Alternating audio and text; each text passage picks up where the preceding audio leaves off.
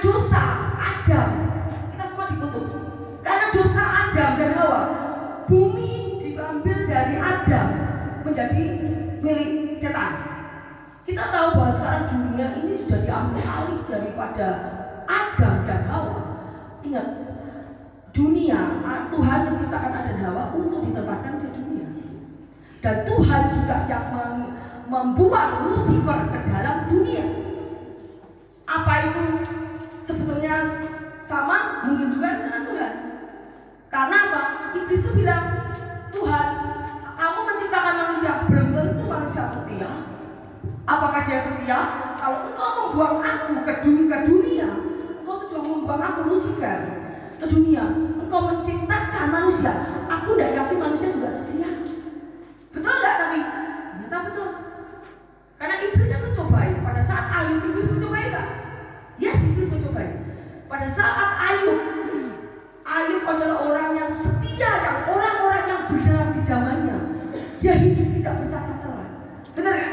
Bagaimana pada saat di surga Tuhan mengadakan meeting dengan Tuhan mengadakan meeting dengan semua penghulu surga, penguasa surga. Tuhan kan mengepalai surga. Kan pasti ada penguasa laut, penguasa bumi, penguasa Venus, penguasa Mars, semua si keliling antariksa pasti ada penguasanya, nggak mungkin. Nah, pada saat Tuhan mengadakan di tahta Allah, mengadakan meeting, dia berkata, iblis datang. Yes, iblis datang. Iblis datang. Waktu itu iblis datang, ya tenang Tuhan, Ayub kamu lindungilah, berkatnya banyak. Dia adalah orang yang paling kaya di dunia. Tolong kamu terang aja setia sama kamu. Coba kalau kamu ambil kekayaannya, ya apakah dia masih setia? Tuhan bilang apa sama si Ayub? Tuhan bilang apa sama si iblis? Ya udah terserah, tapi sayangkanlah nyawanya. Jangan ambil nyawa, tapi sayangkan nyawanya. Kita tuh dites di dalam dunia tuh always test and trial, selalu pencobaan dan testing. Kamu lulus nggak? Pas dan tes. Nah, kamu udah lulus tes, ya sudah. Akan ada another tes yang lain lagi, sampai you pass the test. Ya ada dites gak? Yes, habis dites loh. Wah, begitu Tuhan menguji, wah ini hamba, dia setia banget sama aku, setia banget. Apa kata? Ya terang toh, ya iblis terang toh, dia apa kok berkati, dia tidak pernah susah, dia senang terus gitu. Terangnya mau berkata, ya terang aja dia setia sama kamu. Coba kalau susah, dari kesusahan itu adalah tesnya Tuhan, kesusahan. Kita dalam senang bisa memuji Tuhan. Pada saat terpuruk kamu bisa memuji Tuhan. Itu testing. Nah saat itu diambil kekayaannya. Tapi sepanjang proses tes pencobaan itu tidak satupun Ayub mengata-ngatai Tuhan. Sampai istrinya mengata-ngatai ya. Dia kok perempuan Tuhan yang memberi, Tuhan yang mengambil. Terpujilah nama Tuhan. Pada saat dia boroknya banyak, pada saat dia tidak punya uang, dia kayak pengemis, dia bisa memuji Tuhan. Tuhan yang memberi, Tuhan yang mengambil. Terpujilah nama Tuhan. Bisa kita dites di situ? Pasti kalau kalian dites sudah belajar lagi. Ayo, kita mau minta berkat kayak Ayub. Nggak bisa. Jangan harap berkat yang muluk-muluk. No, kamu belum pas tes. Karena untuk berkat Tuhan, janji Tuhan semua ada syaratnya. Tuhan banyak memberikan janji. Kamu lihat di ayat, kita lihat di ayat Matius sampai Yohanes, itu ada janji. Tetapi jika kamu ini, aku akan. Betul nggak? Betul nggak? Pasti kalau janji Tuhan ada A, ada B. Ini apa? Ini.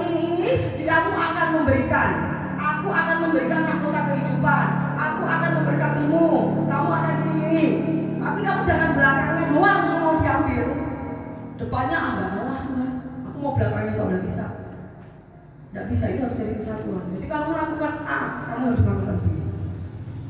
Itulah Tuhan kita. Jadi kalau kita mau menjadi sama seperti Tuhan, kita hidup seperti Tuhan, Tuhan akan menyediakan apa yang kita butuhkan.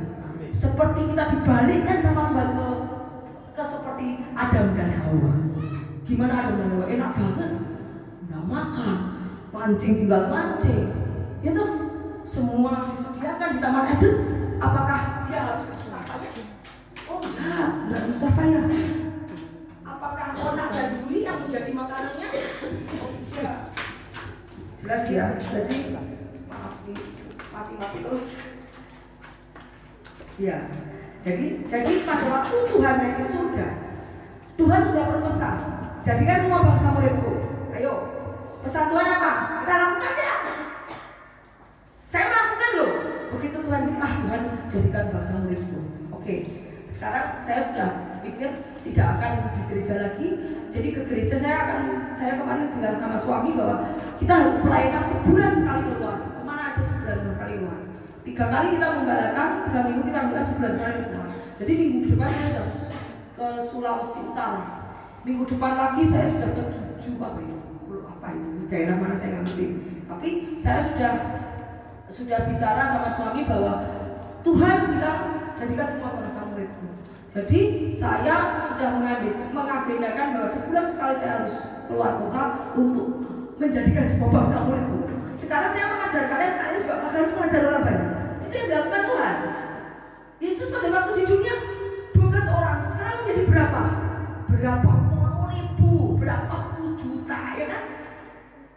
Miliaran malah di dunia yang sudah mengikut Tuhan. Karena apa? Mulai dari 12. Betul ya? Dan ingat pada saat Tuhan mencurahkan Roh Kudus, tidak hanya 12 ya. Banyak orang-orang yang masih di lautan. Dari situ adalah permulaan berdirinya gereja.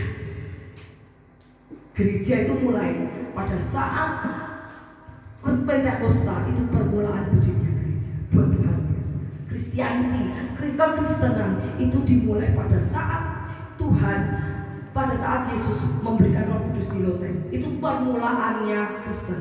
Sehingga Kristen untuk menyebar ke seluruh dunia. Karena visi Tuhan jadikan semua bangsa muridku.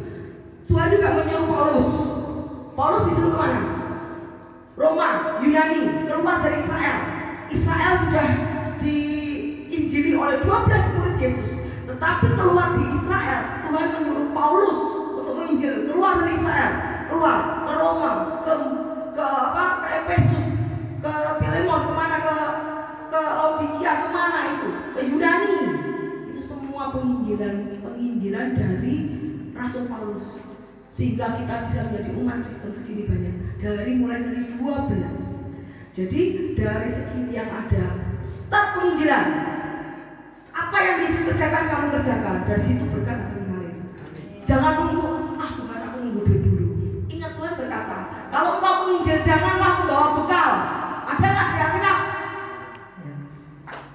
Karena Tuhan akan sediakan. Ngerti? Jangan kita nunggu, aku nunggu uangku 1 juta dulu baru aku berangkat. Begitu kamu bilang Tuhan, aku akan menginjil sini. Nah, doa aja sama Tuhan, lapor sama Bapak. Kayak kamu lapor seorang anak lapor kepada orang tuanya. Pak, aku mau pergi ke Bapak, aku mau pergi ke mana di Manado. Aku butuh tiket apa ini? Ferry ya? Nih apa? Kapal cepat. Ya, jet ski.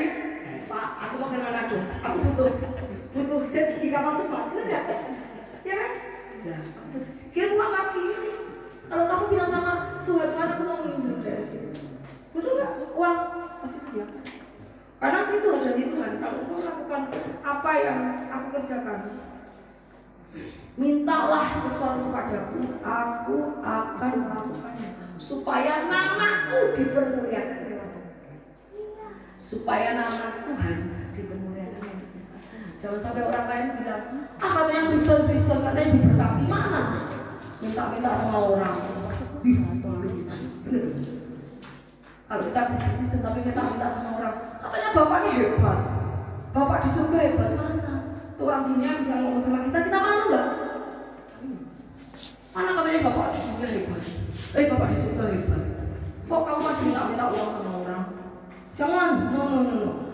Duduk di kaki Tuhan. Tuhan tahu apa yang menjadi kebutuhan anak-anaknya dan pasti memberikan. Ya, itu adalah pesan Tuhan waktu kenaikan. Saya mau hubungkan dengan pesan kenaikan ini. Kemudian saat Tuhan naik ke surga, kita naik ke surga enggak? Yes. juga akan naik ke surga. Dengan cara apa? Kebangkitan kita pada saat nanti kedatangan Tuhan Yesus yang kedua kali, itu umat-umat pilihan Tuhan akan naik ke surga, diangkat sama Tuhan, bertemu dengan Tuhan di awan-awan kemuliaan. Pada saat Yesus mati di kayu salib dan pada saat Yesus dikubur, dia bangkit, tubuhnya sudah beda. Dia bukan manusia lagi. Pada saat dia mati, dia manusia. Yes, dia manusia karena dia lahir dari Maria dan Yosef. Dia lahir dari istilahnya dia lahir dari rahim seorang wanita, seorang human itu manusia. Dia lahir dari manusia dan dia menjadi anak manusia, ya. Tapi pada saat Yesus bangkit, dia bukan manusia lagi. Mana ada manusia yang bangkit? Gak ada kan? Dia sudah menjadi Allah, menjadi tubuh kemuliaan. Tubuh itu bahkan Yesus bisa nembus kemana-mana, ya kan? Nah, itu terjadi sama kita, yes, terjadi sama kita. Karena apa yang anak-anak Tuhan yang lakukan pekerjaan seperti yang Yesus lakukan, dia akan melakukan pekerjaan seperti yang aku lakukan, bahkan lebih besar lagi. Kenapa Yesus mau lebih besar lagi? Karena waktu Yesus ngajar cuma 3,5 tahun. Kita di dunia berapa tahun? Ayo lebih lama mana Yesus sama kita di dunia? Yesus cuma 3,5 tahun datang, menghapus dosa, jebret, menghapus dosa untuk kembalikan kita ke Taman Eden, dah, ya kan? Menghapus dosa, dia ngajar yang benar. Karena apa? Iblis itu di dunia juga menggocok kita. Dikasih tahu, nih kamu harus ikuti kebenaran firman. Jangan mendengarkan advice, nasihat. Jangan mendengarkan nasihat dari orang-orang yang tidak pernah baca firman Tuhan. Kamu akan sesat. Karena pikiran dunia dengan pikiran Injil beda sekali. Firman Tuhan beda sekali. Kalau dunia bilang cari duit sebanyak-banyaknya, betul? Supaya kita kaya, bahagia di dunia. Tetapi Tuhan bilang apa? Carilah dulu kerajaan Allah dan kebenaran. Semua ditambahkan. Kalau Tuhan bilangnya fokusnya Tuhan dulu, semua ditambahkan. Tetapi kalau dunia fokusnya duit dulu, kita bisa beli ini, beli ini, beli ini. Beda tak? Maksudnya beda. Jadi jangan mencari nasihat dalam perkawinan, apalagi perkawinan itu gampang rusak. Jangan mencari nasihat dari tentang perkawinan, tentang apapun segala masalah dari orang yang tidak kenal Tuhan. Hidup kita pasti hancur diselewengkan. Ingat tak bagaimana si Hawa meminta nasihat dari ular? Nasihat tak? Pada saat dia berjalan-jalan ke taman, dia lagi bilang, ada buah ini bagus, enak dimakan. Kamu kalau makan buah ini, kamu akan mendapatkan pengetahuan. Tapi betul nggak? Yes, betul. Karena setan itu tahu firman. Setan itu nyerang anak Tuhan dengan apa firman? Karena setan tahu firman itu sekali firman. Berapa tahun setan hidup sama Tuhan di surga? Dia apal sama bosnya Tuhan Yesus sendiri. Itu benar toh? Setan kan malaikat, angel, suruhannya Tuhan. Dia apal berapa tahun malaikat setan hidup sama Tuhan. Apal Tuhan mau ngapain, apal. Lah dia pakai firman Tuhan untuk manusia yang tidak pernah baca firman. Betul nggak? Kalau baca firman udah bisa. Di firman Tuhan tertulis ini. Nah, Yesus bisa dicobain? Nggak bisa. Karena setiap yang serangan yang setan keluarkan jebret, Tuhan nangisnya dengan apa? Firman. Ya toh? Hidup bukan dari makan dan minum saja, tetapi dari firman yang keluar dari mulut Allah, bilangnya Tuhan. Ya kan? Jadi pada saat setan nyerahin serangan, kamu keluar firman, setan kalah. Tapi kalau kamu tidak pernah baca firman tidak tahu, setan kasih tahu, enak loh itu, kayaknya enak ya, ini kok enak dipandang. Kamu kalau ini belum pengetahuan, kamu jadi pintar. Mau tidak orang jadi pintar? Mau. Bener ya? Sekalipun itu tidak boleh sama Tuhan, mau. Karena kenapa tidak boleh sama Tuhan? Karena kita tidak tahu larangannya, tidak tahu kita harus ngapain sama Tuhan, kita harus turut kehendak Tuhan, peraturannya Tuhan kita tidak tahu karena kita nggak baca. Jadi itulah yang membuatkan orang berdosa. Kenapa? Karena ketidaktahuan akan firman Tuhan menyebabkan banyak manusia hidup dalam dosa. Karena apa? Iblis pakai firman. Dan kalau kelihatannya manis, jadi kita ambil chance itu. Jadi jangan minta nasihat kepada setiap orang yang hidupnya tidak mengandalkan Tuhan. Pasti kamu disesatkan. Kalau mau minta nasihat, yang paling baik nasihat yang baik. Jangan minta nasihat sama pendeta juga yang hidupnya, kelakuannya. Kita lihat pendeta itu baik. Sorry ya, saya juga pendeta, tapi saya juga mengkritik juga, maaf. Kita lihat buah itu baik atau tidak dari mana? Dari buahnya. Kelakuan orang baik dari buahnya, dari kelakuannya, dari hidupnya, dari tingkah lakunya. Bagaimana hubungan mereka dengan keluarga? Bagaimana kehidupan? Bagaimana soal keuangannya? Kalau kita meminta nasihat dari hamba-hamba Tuhan seperti itu, pasti kita akan sesat dijatuhkan. Saya selama saya bergereja, saya tidak pernah minta nasihat sama hamba Tuhan. Walaupun kecil, walaupun saya sebelum jadi pendeta ya, maaf ya. Waktu saya ada kesulitan, saya duduk di kaki Tuhan. Tuhan, gini. Tuhan selalu bicara sama saya di dalam hati, di dalam pikiran. Jadi kalau ada dorongan dalam hati, lakukan saja. Tetapi kalau Tuhan bilang no, jangan ditabrak, harus tetap Tuhan apa yang menjadi kehendak. Di situ yang namanya kegagalan pasti nggak ada. Adanya keberhasilan. Karena Tuhan akan memimpin kamu jalan menjadi sukses, berhasil dan beruntung. Keberuntungan dari siapa? Dari Tuhan. Makanya orang Cina bilang hoki ya. Hoki dari siapa? Dari Tuhan. Hoki tidak bisa diciptakan oleh manusia, tetapi hoki datangnya dari Tuhan. Ya, jadi setelah itu kita akan tahu bahwa Yesus nanti akan bangkit, Yesus naik ke surga. Sekarang apa yang dilakukan Yesus? Menyediakan tempat bagi kita. Karena Tuhan tahu bahwa di dunia ini bumi sudah dikuasai oleh iblis. Hanya orang-orang yang percaya sama Tuhan yang tidak dikuasai iblis, itu aja masih sering jatuh dalam dosa. Betul ya? Jatuh dalam dosa. Tetapi pada saat Tuhan naik ke surga, apakah Tuhan memaksa orang-orang yang tidak mau percaya sama Dia? Kamu harus percaya. Kamu nggak percaya tak bunuh, gitu? Enggak. Injil itu adalah kasih. Injil keselamatan itu tidak memaksa, tetapi Injil dan keselamatan itu kasih, bukan pemaksaan. Kamu mau percaya padaku, ikut aku. Kamu tidak percaya, ya sudah. Berarti kamu menjadi milik dunia. Kamu percaya sama aku, oke, kamu ikut aku. Kamu percaya, tidak percaya sama aku, tidak. Ikut Dia. Pada saat Yesus melihat di dunia ini yang percaya dan tidak percaya, banyak yang mana? Banyak yang tidak. Bagaimana tanah Allah bicara sama Abraham? Dia bilang sama Abraham gimana? Apakah aku harus memberitahu hambaku Abraham? Seandainya jangan. Tapi Tuhan karena melihat Abraham adalah sahabat Allah, sahabat Tuhan, maka Tuhan tidak mau harus memberitahu sahabat. Makanya jadinya sahabat Tuhan. Caranya sahabat gimana? Jalan. Kalau kamu bersahabat, jalan bareng-bareng. Telepon, yuk jalan bareng, yuk makan bareng. Sahabat, betul? Menjadi sahabat Tuhan apa? Hubungan intim, kontak. Caranya apa? Baca kita praise and worship Tuhan, kita calling Tuhan. Dengan cara apa? Doa. Tuhan, hari ini apa gini. Tuhan, hari ini apa gini. Tuhan, hari ini.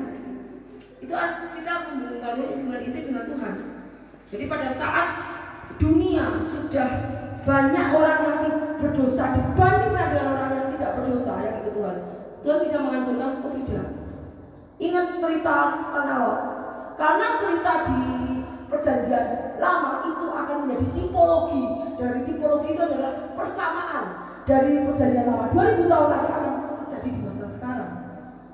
Ingat tanah Lot, bagaimana tanah Lot Tuhan mau menghancurkan satu kota itu maksiat semua, dan itu membuat hati Tuhan sedih, dan bahkan Tuhan bilang, aku menyesal menciptakan manusia. Habis Abraham bilang, Tuhan jangan Tuhan untuk dihancurkan. Gimana kalau 50, 40, 30 tawar-menawar Tuhan? Sampai ada di kota itu yang diselamatkan? Oh tidak ada. hanya Lot dan keluarganya. Apakah orang-orang percaya dihanguskan Tuhan? Enggak mungkin. Orang-orang percaya tidak akan dihanguskan Tuhan. Di-deliver dulu, diselamatkan dulu, di-rescue. Rescue itu diselamatkan dulu. Dengan cara apa? Ya sudah, nggak ada. Kalau nggak ada, aku tetap menghancurkan tanah Lot. Sodom dan Gomora, ya, Sodom dan Gomora. Apa menghancurkan Sodom dan Gomora? Sodom dan Gomora aku hancurkan. Pada saat itu Tuhan kan menyuruh malaikatnya, ayo cepat kamu pergi ke pulau itu cepat, mau dihancurkan sebentar lagi. Jadi pada saat Tuhan menghancurkan, Tuhan pun melihat orang-orang kudusnya, orang-orang yang hidupnya tidak tercemar dengan dunia, diselamatkan dulu ke pulau, betul? Ingat pada zaman Nuh, saya mau cerita zaman Nuh. Pada saat Tuhan sebel hatinya melihat manusia, pada zaman Nuh, makanya Nuh orang-orang yang berada dalam Tuhan, 120 tahun Nuh itu membuat bahtera. Nuh buat bahtera, aku akan menghancurkan seluruh manusia karena mereka hatinya jahat. Aku menyesal menciptakan manusia. Tetapi kau Nuh, kau mendapatkan perhatian dari aku karena kau ngasih aku, kau sungguh-sungguh mencintai aku. Aku akan menyelamatkan kamu dan keluargamu. Tuhan, misinya Tuhan baik banget. Jadi kau akan menyelamatkan kau dan keluargamu. Buatlah bahtera. Gimana bahtera buatnya Tuhan? Di situ ada tukang kayu nggak ada. Pintar buat bahtera nggak ada. Kok bisa pintar?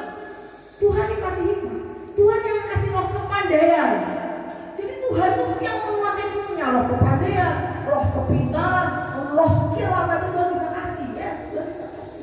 Pada saat membuat bahtera, apakah kamu bisa geraji? Tuhan ukurannya berapa ya? Supaya bisa melayang-layang, supaya bisa tidak tenggelam. Nuh tuh pintar bahtera enggak?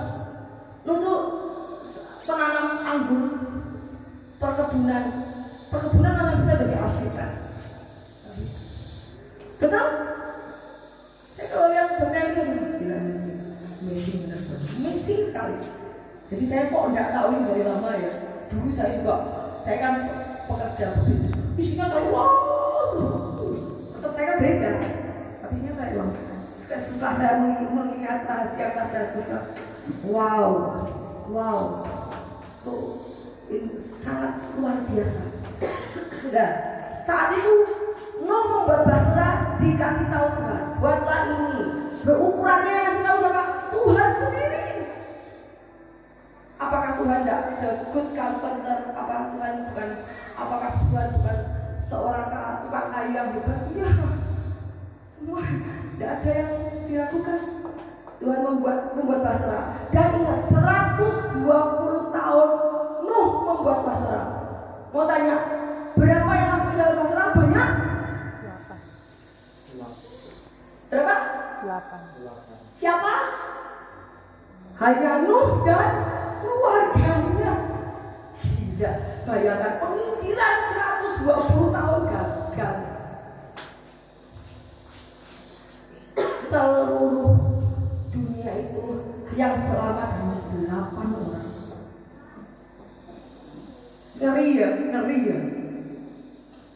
120 tahun. Baca di Alkitab 120 tahun. Dan Nuh itu preaching itu istilahnya Nuh itu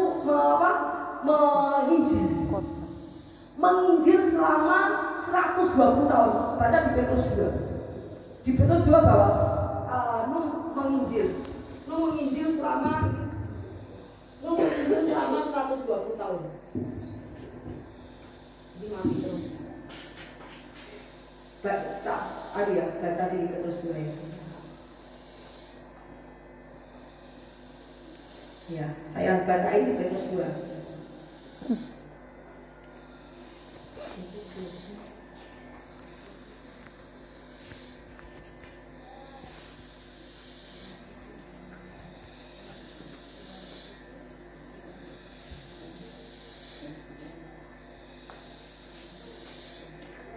Petrus 2 ayat 5. Coba baca di 2 Petrus 2 ayat 5. Itu bukti kalau menginjil. Pemberita kebenaran itu Jikalau Allah tidak menyayangkan dunia purba, tapi hanya menyelamatkanmu, pemberita kebenaran, dengan 7 orang lain ketika ia mendatangkan air bah atas dunia orang-orang fasik. Untuk memberita kebenaran, menginjili teman-teman, ayo bertobat, Tuhan tidak senang sama perbuatan kamu, ayo bertobat yuk. Itu dinyek atau diejek. Ngapain itu buat batrau? Loh, menurut saintifis, menurut hitungan-hitungan ilmu pengetahuan, tidak pernah terjadi hujan. Di Israel tidak pernah terjadi hujan, tidak mungkin banjir. Itu menurut perhitungan orang-orang pintar, tidak pernah hujan. Tapi perhitungan orang dunia sama Tuhan kan tidak. Tuhan mau jadi hujan bisa aja jadi hujan. Nah, membangun bakat. Kemudian saat itu hanya 7 orang bersama Nuh yang hidup. 120 tuan penginjilan gagal. Hanya 8 tok yang masuk, dan itu keluarganya tok, keluarga mantu.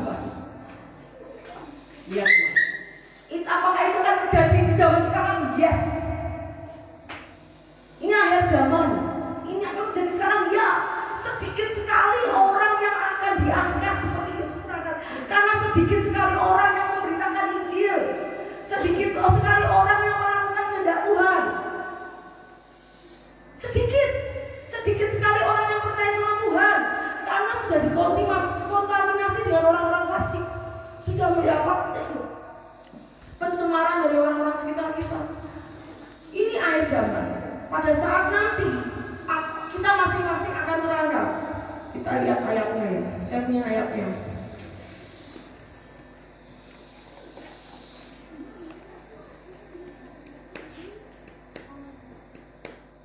Pada saat nanti semua orang akan terangkat seperti Yesus terangkat ke surga.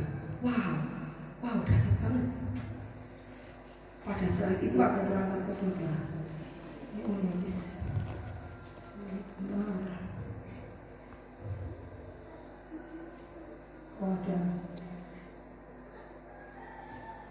Di situ.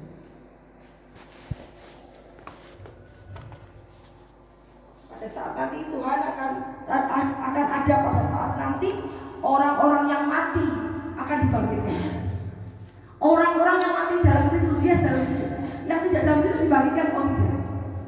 Orang-orang yang mati dalam Kristus akan dibangkitkan seperti Yesus bangkit naik ke surga.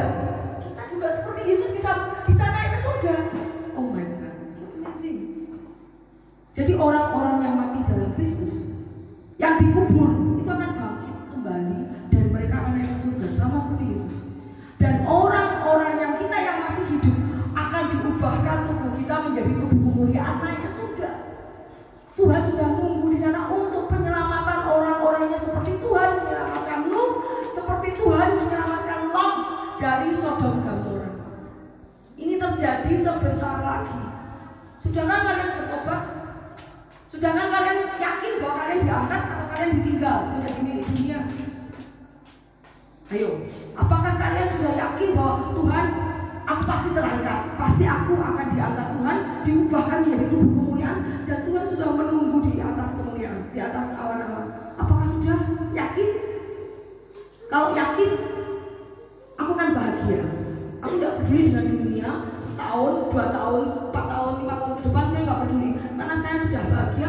Kita akan bertemu dengan Tuhan sebentar lagi. Tetapi bagi orang yang tidak tahu, itu bahaya. Karena ingat, Tuhan memberitahu untuk kehancuran dunia kepada siapa?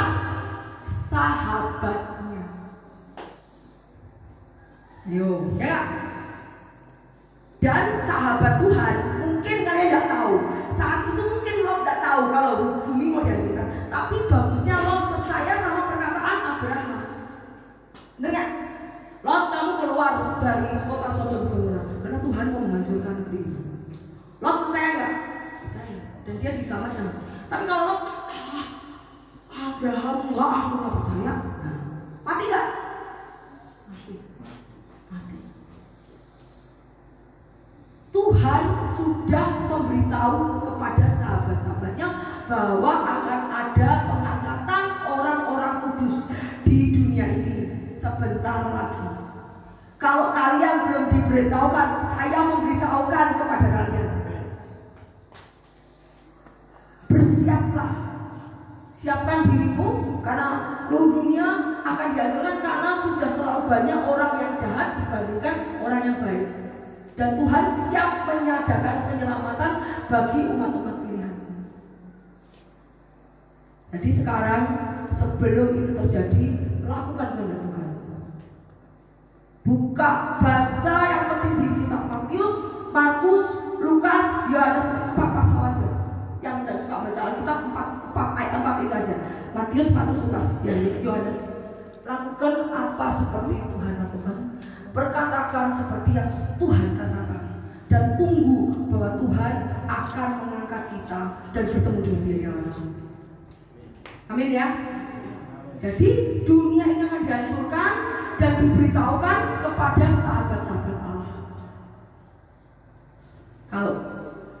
Kalau orang-orang belum tahu, kita akan memberitahukan bahwa dunia ini akan dihancurkan dan kita yang mati di dalam Kristus akan dibangkitkan, bertemu di awan-awan, dan orang yang tidak di dalam Kristus akan tetap di dalam kubur, disimpan di dalam kubur sampai penghakiman tahta putih. Dalam penghakiman tahta putih nanti semua akan menghadap. Dan kita tahu yang tidak dalam Kristus mau kemana nanti artinya? Ke alam maut, ke jurang neraka. Yang di sana tidak ada pengampunan dosa lagi, sudah tidak ada.